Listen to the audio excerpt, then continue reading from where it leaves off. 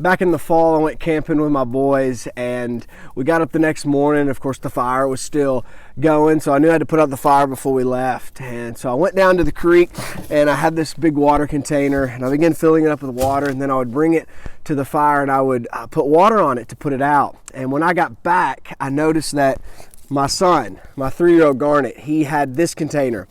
And he had this container, and he walked over to the fire, and he began to pour this container on the fire, and it wasn't until I caught him right before the liquid went on the fire that I was able to grab him and say, no, Garnet, you can't use this one. Of course, what was Garnet doing? He was doing what he saw his dad do. But there was a big difference. I was pouring water on a fire.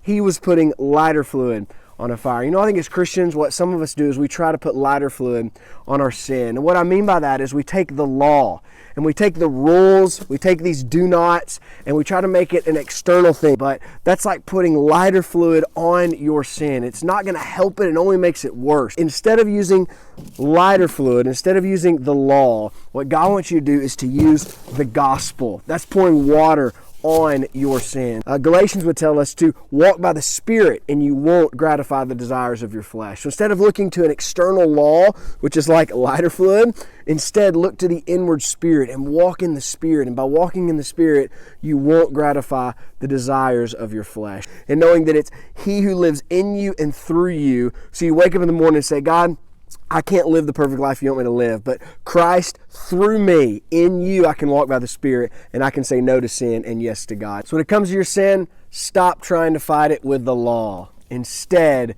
take the power of the gospel and let it put out the desires of your flesh and truly walk in the Spirit and glorify God with your life.